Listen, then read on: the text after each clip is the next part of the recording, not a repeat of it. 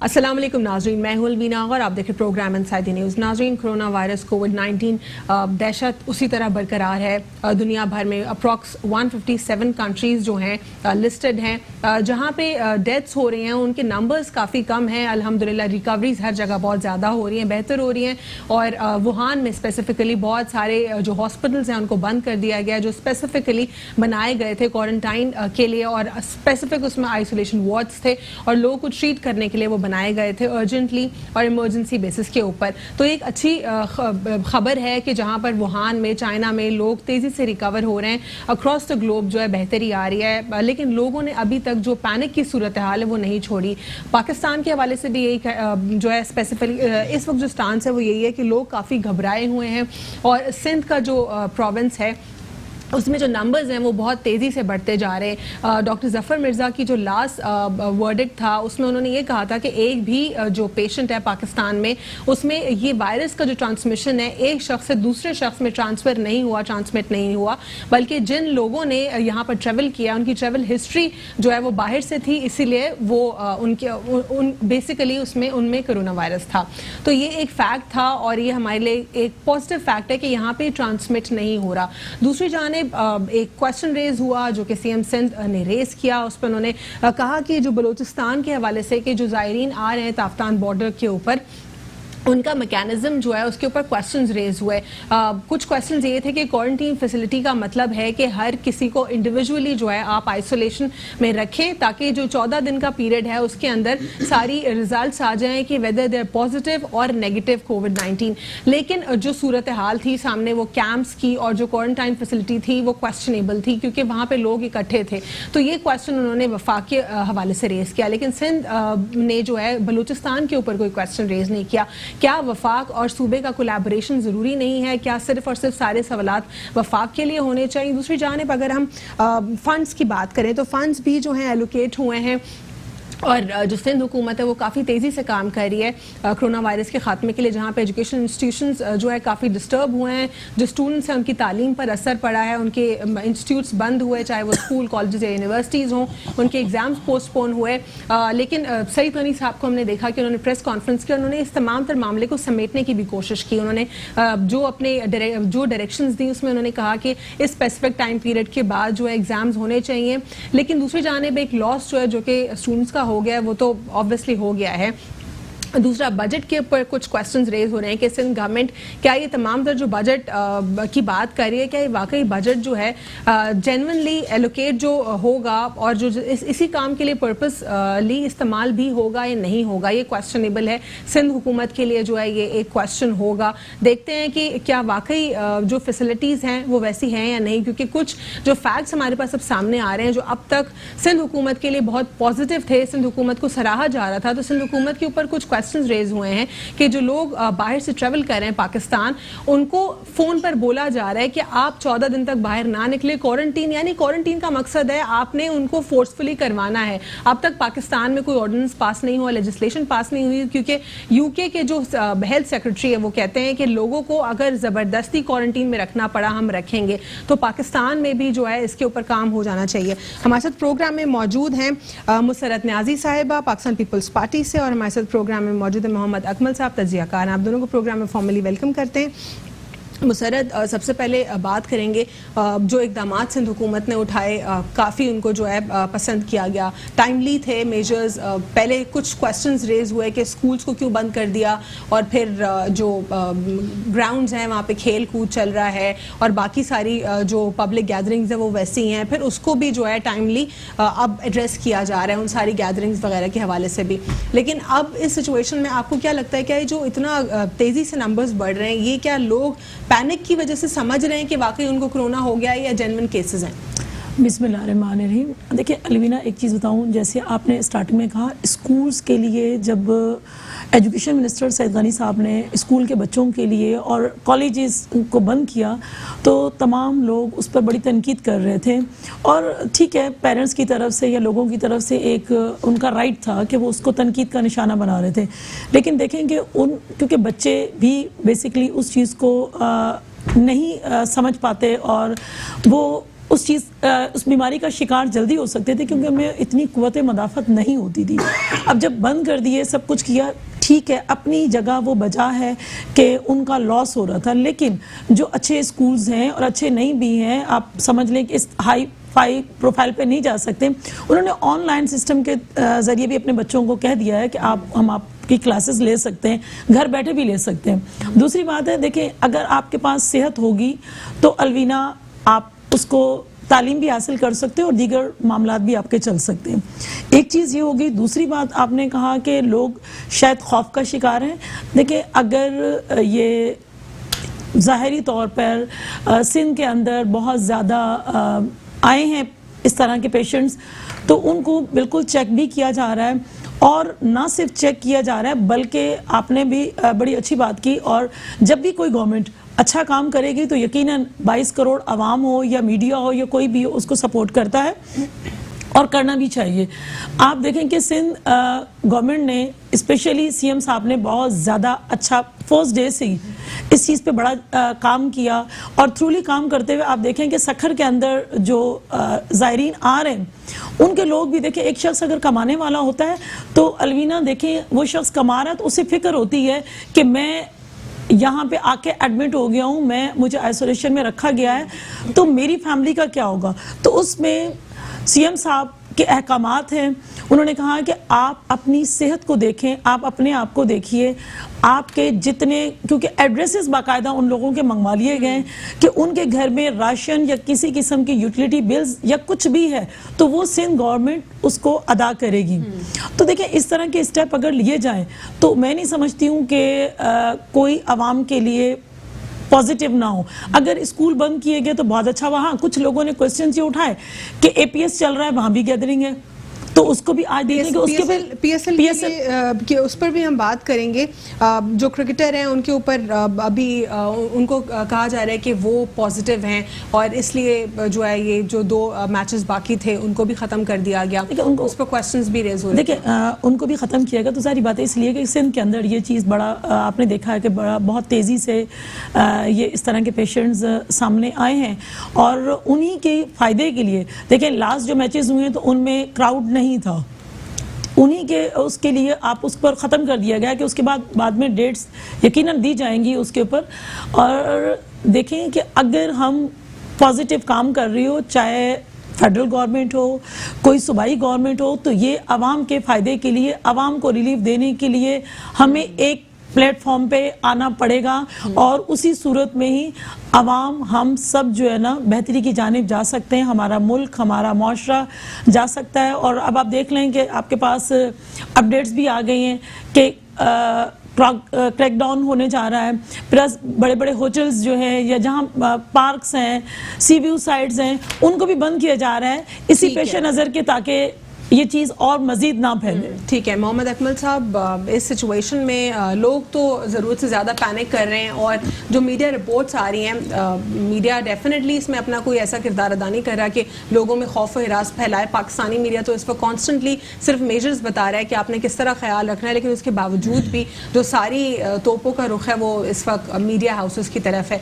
लोग ये समझ रहे हैं, सिर्फ पाकिस्तान में नहीं, अक्रॉस द ग्लोब ये समझा जा रहा है जैसे मीडिया खौफ और हिरास फैला रहा है इस सिचुएशन में। हालांकि मीडिया सिर्फ इन्फॉर्म और एजुकेट करने का काम कर रहा है, फैक्ट्स को डिलीवर कर रहा है इस वक्त, लेकिन लोग जो हैं वो ज़रूरत से ज़्यादा डर रहे हैं। इसका जवाब मैं आपसे जानूंगी, लेकिन एक छोटे से वक्फे के बाद। Stay with us on inside the news. Welcome back after break. Break से कबल हम बात कर रहे थे, जो सिचुएशन थी उस पर हम बात कर रहे थे कि जो स्टूडेंट्स का लॉस हुआ वो अप्रॉक्सीमेटली 93 डेज़ का या लगभग 3 माह का जो नुकसान हो रहा है, इसके बारे में मैं एनालिसिस ले रही थी। सर, इस पर आप बात कर रहे थे। जी, मैं बात ये कर रहा था कि 60 डेज़ तो हम वो समर वेकेशन को इसके अंदर हमने इंक्लूड कर लिया, तो 60 डेज़ तो हमें छुट्टी करनी ही होती है, वो इस पे माइनस हो गया। ठीक है। अगर ये जो बच्चों का नुकसान हुआ वो 33 डेज़ के हुए। ठीक है। उसके अलावा भी जो स्कूल्स ऐसे हैं जिनकी फीस बहुत अच्छी है, जहां हर किस्म की फैसिलिटी मौजूद है, वहां पे उन्होंने ऑनलाइन सिस्टम अपना स्टार्ट कर दिया बच्चों के लिए। और जो ऐसे स्कूल्स जैसे गवर्नमेंट स्कूल्स हैं इनके पास तो ऐसी कोई सहूलियत Facility नहीं है है। क्योंकि जाहिर सी बात वो है वहाँ classes जब ले लें, बैठने के लिए बहुत बड़ी फर्नीचर बात नहीं है, है। बाथरूम नहीं है, Normally। टॉयलेट नहीं, तो बाकी चीजें तो दूर की बात है। लेकिन Online खैर possible नहीं। हम पहले से जहनी तौर पे इस किस्म के इमरजेंसी के लिए तैयार नहीं थे। ऐसा अमूमन जंग की सूरत में होता था, लेकिन अब हमारी कौम को, हमारी हुकूमत को इस बात के लिए भी तैयार रहना पड़ेगा। जी। तो जो हमारे प्राइवेट सेक्टर्स की बात है कि सुबह सिंध में मोर देन 60% स्कूल्स ऐसे हैं जिनकी फीस 500 से लेके 1500 रुपए तक है। अब 500 से लेके 1500 रुपए के दरमियान अगर असातिज़ा की सैलरी और बिल्डिंग का रेंट वो पूरा कर देते हैं तो यही बहुत बड़ी बात है कि वो एजुकेशन को फैलाने में हिस्सेदार बन गए। और तकरीबन मोर देन 70% जो है। लेकिन sir, do you agree with that, with the fact कि जो क्वालिटी एजुकेशन है वो ठीक नहीं है, अभी हमारे पास वो क्वालिटी नहीं, मॉनिटरिंग सिस्टम ठीक नहीं है। एचईसी, जरा स्कूल से हट के अगर मैं एचईसी की बात कर लूं तो उसका क्या रोल है? क्या पाकिस्तान में वाकई हमारे पास सीरियस एजुकेशनिस्ट मौजूद हैं? क्या मॉनिटर कर रहे हैं चीज़ों को? देखिए, मॉनिटरिंग करना तो एक अलग चीज़ है, इसलिए कि जाहिर है उसके लिए जो लोग बलाई सतह पे बैठे होते हैं उनका सिंसियर होना बहुत लेकिन जरूरी आपको होता लगता है कि सिंसियर है और मैं वो आपको अपना एक चीज इनपुट दे बताऊं रहे कि हैं? देखिए, कुछ अरसा कबल की बात, आज से 20 साल 25 साल 30 साल पहले आप चले जाएं कि गवर्नमेंट स्कूल्स का एक मेयार हुआ करता था और ज्यादातर आपके साइंटिस्ट, ज्यादातर आपके माहिर तालीमात से, जी। उसी पीले और नीले स्कूल्स के पढ़े हुए हैं जो आज नामवर शख्सियत है। पाकिस्तान में भी, पाकिस्तान से बाहर भी उनको जाना पहचाना जाता था। उसकी वजह असल ये थी कि उस वक्त के जो जिम्मेदारान थे, जो हुकूमत वक्त में जो लोग शामिल होते थे, बड़े सिंसियर होते थे तालीम के मामले में। क्यों होते थे? इसलिए होते थे कि उनकी अपनी औलादें उन्हीं गवर्नमेंट स्कूल्स में पढ़ती थी, कोई दूसरी फैसिलिटी तो थी नहीं। तो इस वजह से वो गवर्नमेंट स्कूल्स पे भरपूर तवज्जो दी जाती थी, चूंकि उनके अपने औलाद का भी मसला था। तो यही वजह था कि गवर्नमेंट स्कूल्स का मेयार बहुत अच्छा था। फिर उसके बाद प्राइवेट सेक्टर है, उसके बाद आगा खान सेक्टर है, उसके बाद फेडरल गवर्नमेंट और उसके बाद कैमरेज सिस्टम। जब ये सारा सिस्टम जब स्टार्ट हुआ तो लोग अपनी हैसियत के मुताबिक, अपने माल के और आमदनी के मुताबिक डिवाइड हो गए। अब गवर्नमेंट स्कूल्स पे वो तवज्जो रही नहीं।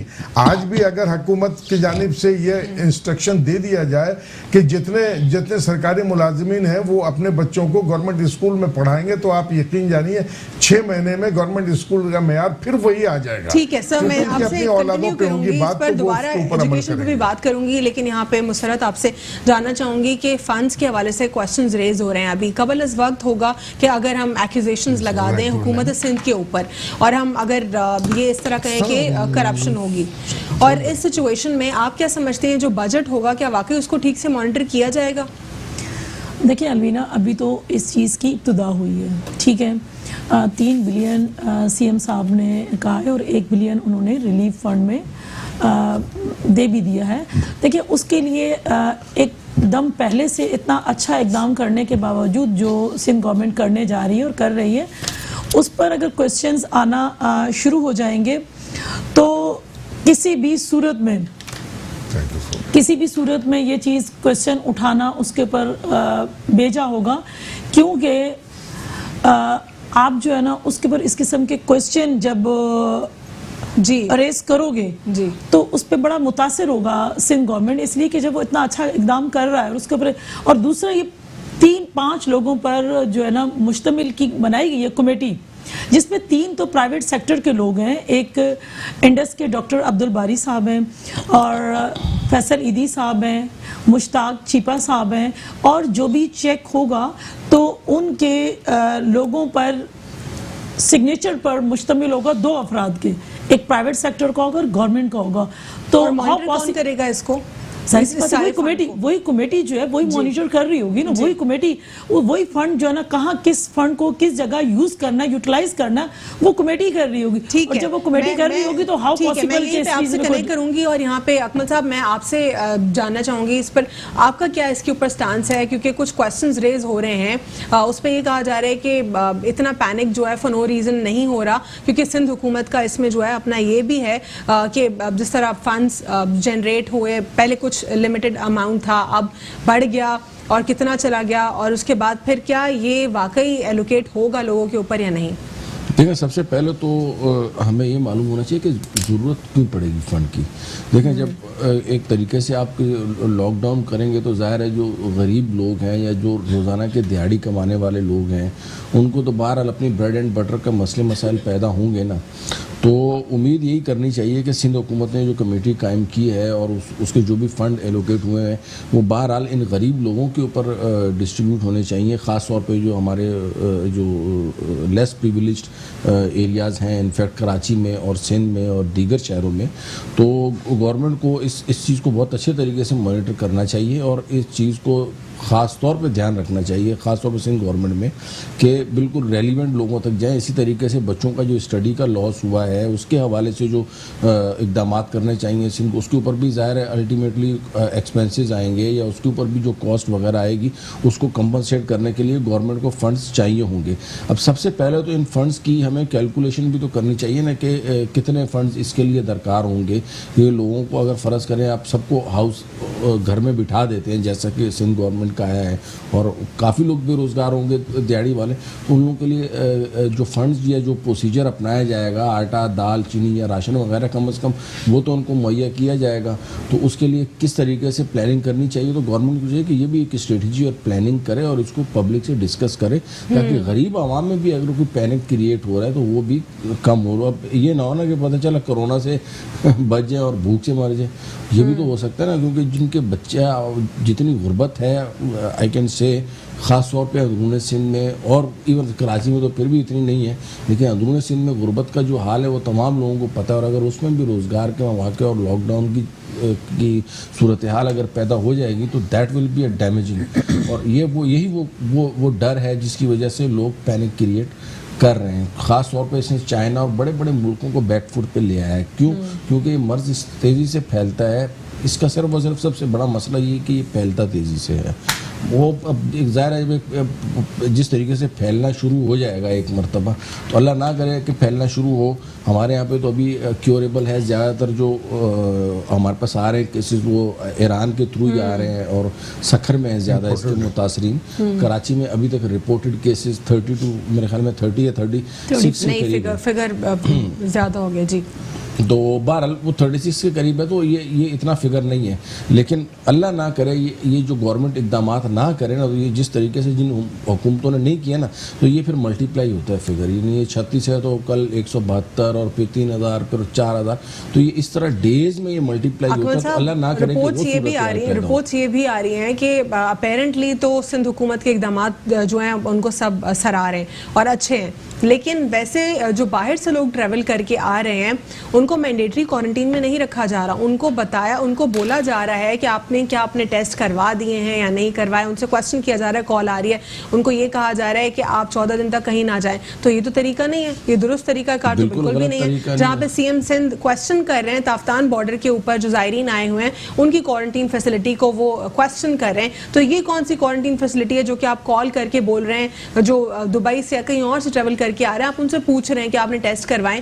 ये कराची आने वाली आज की फ्लाइट की मैं आपको बात बता रही हूँ। नहीं, अगर ऐसा हुआ है, बहरहाल मेरी नॉलेज में नहीं है, लेकिन अगर इस तरह हुआ है तो ये बहुत गलत है। और आप मतलब एक किस्म की फैक्ट्री जो है ना वो कोरोना की खुद शहर में डिस्ट्रीब्यूट कर रहे हैं। एक तरफ सिंध गवर्नमेंट लगी हुई है किसी तरीके से लोग बहुत ज़्यादा इज्तिमा में ना हो, और यहाँ आप जो है ना वो अगर बगैर स्कैनिंग के सिर्फ पूछ के जाने दे रहे हैं, तो मेरे ख्याल में ये मुनासिब नहीं है। बहरहाल इसे एक प्रॉपर चेकिंग होनी चाहिए कम से कम। उसके जो फिर मेजर्स किधर हैं? फिर मेजर्स आपको लगता है कि वो वाकई प्रैक्टिकली हो रहे हैं? देखें, जो एयरपोर्ट्स के ऊपर नॉर्मली इन्होंने सिर्फ ये स्कूल्स को बंद करना, फिर अब प्रॉब्ली 15 दिन के लिए जो रिक्रिएशनल एक्टिविटीज़ हैं उसको बंद करना, ये सब मॉनिटरिंग तो ठीक है, हम देख लेते हैं, हो जाएगी। लेकिन जो एग्जीक्यूशन है, जो प्रॉपर एग्जीक्यूशन है, जहाँ पे हम क्वारंटीन फैसिलिटी की बात करते हैं, आइसोलेशन वार्ड्स की बात करते हैं, क्या वो एग्जीक्यूट होती दिखाई दे रही है आपको? देखिए, आइसोलेशन वार्ड भी डिस्ट्रिक्ट लेवल के ऊपर गवर्नमेंट ऑफ सिंध ने भी बनाए हैं और इनफैक्ट पंजाब और दीगर सूबों में भी बन गए। ऐसा नहीं है कि बिल्कुल भी इसके हवाले से गवर्नमेंट के पास भी ज़ाहिर है जो रिसोर्सेज हैं वो तो वो ला रहे हैं। एक जगह पे एक होती है नेग्लिजेंस, अगर नेग्लिजेंस जो है वो सेंड पे हो रही है कि एयरपोर्ट के ऊपर अगर नहीं चेक कर रहे प्रॉपर, तो they should check very proper. Sir, education committee का तो आप पार्ट हैं, लेकिन what's your overall analysis on the stance के जहाँ पे मेजर्स को सराहा जा रहा है हुकूमत सिंध की, कुछ क्वेश्चंस भी हो रही हैं चीज़ें क्वारंटीन फैसिलिटी के हवाले से, आइसोलेशन वार्ड्स के हवाले से, क्या आपको लगता है कि वाकई एग्जीक्यूट भी कर रहे हैं बिल्कुल जेन्युइनली जैसे दिखाया जा रहा है अपेरेंटली सब? देखिए, बात दरअसल ये है कि थोड़ी बहुत तो खामियां हर जगह रह जाती हैं, और इस वक्त सिंध गवर्नमेंट तो बहुत सिंसियरिटी के साथ अपना काम कर रही है और वो चीज़ नज़र भी आ रही है।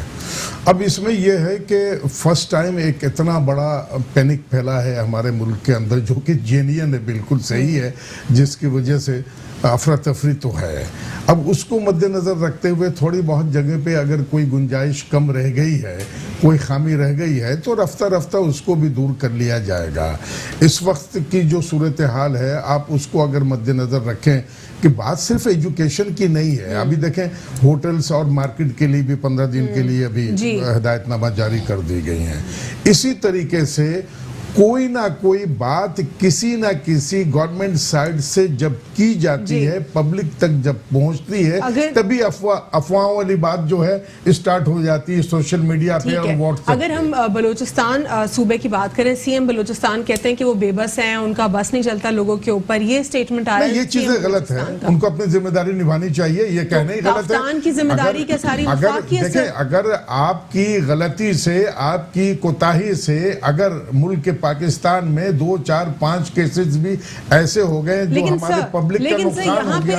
एक अहम सवाल रेज होता है, वो ये है कि अगर अब कोई शख्स है ही नहीं वहां पे, लोग ही ऐसे हैं, जब वो बात ही नहीं मान रहे, तो क्या कोई ऐसा लेजिस्लेशन नहीं आनी चाहिए, ऑर्डिनेंस पास कर देना चाहिए कि अगर आप नहीं क्वारंटीन फैसिलिटी अवेल करें तो आपको फोर्सफुली जबरदस्ती कराया जाए, सजा दें। ऑर्डिनेंस तो पास तो किया ही जाता है, वो तो होते ही होना चाहिए। आप कहते हैं अमल करना मैं कल भी अपने प्रोग्राम में, लेकिन सर वो तो एग्जीक्यूट हो जाएगा ना, फिर जब ये कानून आ जाएगा, ऑर्डिनेंस बन जाएगा, तो उसके बाद जब लोगों को डर होगा कि उनको सजा हो जाएगी, they will be behind the bars. देखिए, पहले हम सिर्फ बात ये करते थे कि बाहर ममालिक से जो लोग आए उनके मार्फत से, अब यहाँ पे भी ग्रोथ होनी शुरू हो गई है। 3 केसेस तो हमारे कराची में भी ऐसे हैं जो कि लोकल हैं। इसका मतलब ये है कि आप अगर फौरी तौर पे सख्त रवैया अपना नहीं रखेंगे, फर्ज कर ले कि आपने किसी जगह पे इनको स्टोर किया है बॉर्डर साइड पे, और वहां अगर पिकनिक के तौर पे रखा हुआ है, तो कैसे कंट्रोल करें आप? क्योंकि सीएम सिंध का भी स्टेटमेंट हमने सुना, वो कहते हैं कि स्कूल्स